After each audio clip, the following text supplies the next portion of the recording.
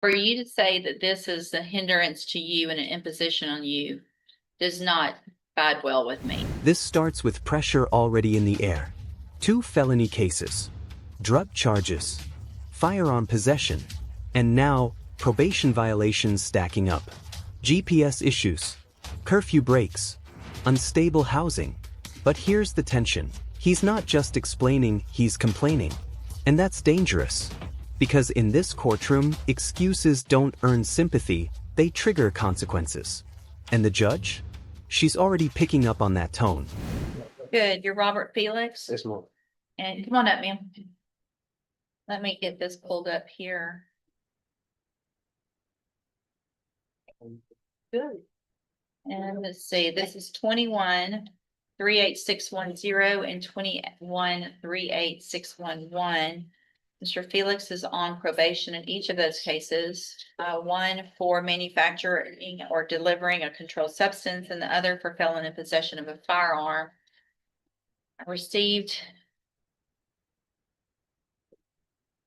an administrative hearing from Ms. Shoppa Bradley, and in it, the request was to schedule it for a judicial review. So you were in custody and released December 18th. And the stipulation was that you have a GPS monitoring device with 0 tolerance. And it looks like there have been several issues with that monitoring company, that the battery either hasn't been charged properly.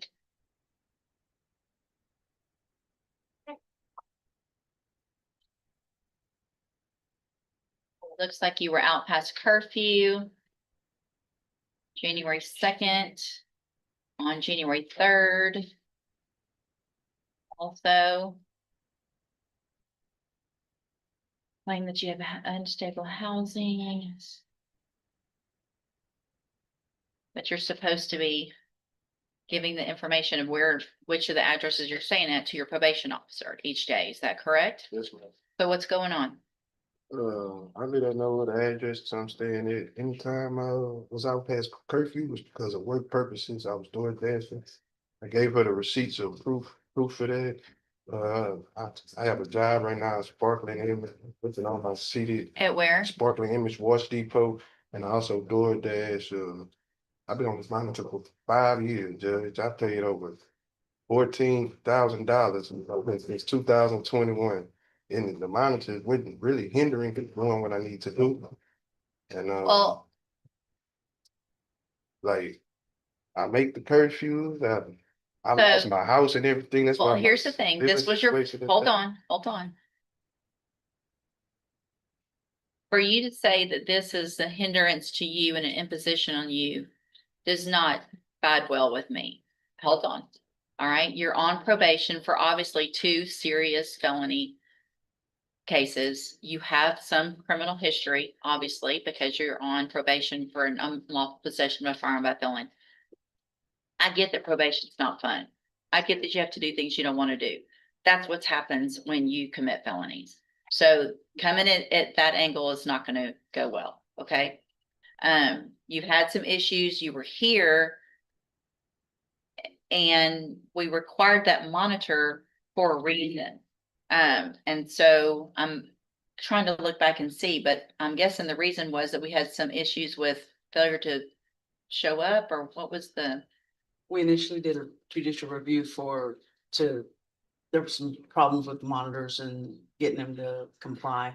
We asked for a judicial review to see if he could get off of it, and he didn't show up for that hearing. And so that's what put him in jail. And then he did get out again. He initially had some trouble keeping it charged and everything, but once it was impressed upon him that this was not going to go away, of what he needed to take care of. The only problem is it's not feasible to have somebody that has unstable housing do a monitor, and while he's door dashing after 8 o'clock at night. I've checked his receipts. He does DoorDash. He's got receipts saying that he has, I didn't check every single one, Judge, but I've spot checked, and he is he's doing it. He's going to school, but this monitor is not, acceptable way for me to try to supervise him. Okay. So do you think it would be easier for him not to, that you could actually supervise better without it? I do. Okay. All right, then. And here's the thing, it sounds like, Mr. Joseph, if you had showed up the other time you were supposed to be here, that was probably what was gonna happen, and then I got mad that you didn't show up, and I'm gonna make you keep the GPS. They sent me You to- see, the consequences just get worse if you, and it could have been better. I showed up last time. They sent me to a different courthouse in Port Arthur.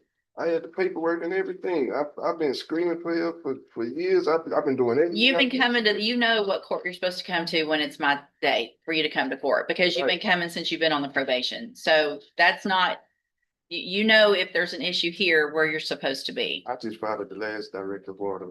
They sent me to Port Arthur. Said I had to do Who's that. they? I had the info. I So can't. here's the thing, things are going kind of well for you. You probably should quit coming up with excuses. Okay? Because it's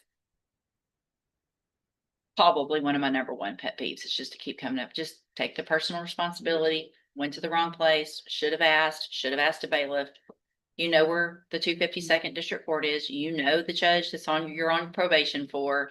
So I'm going to, it sounds like you've got some really positive things going on and that you were in a bad place and you're working hard to get out of that. This isn't meant to make it harder on you, but you have to follow the rules and you have to show up, stay in touch. It sounds like your probation officer is willing to work with you through all of this kind of turmoil, but you not having a steady place to live. So take advantage of the fact that you've got a good one that's willing to work with you. Make sure you stay in touch with her. Let her know where you're staying.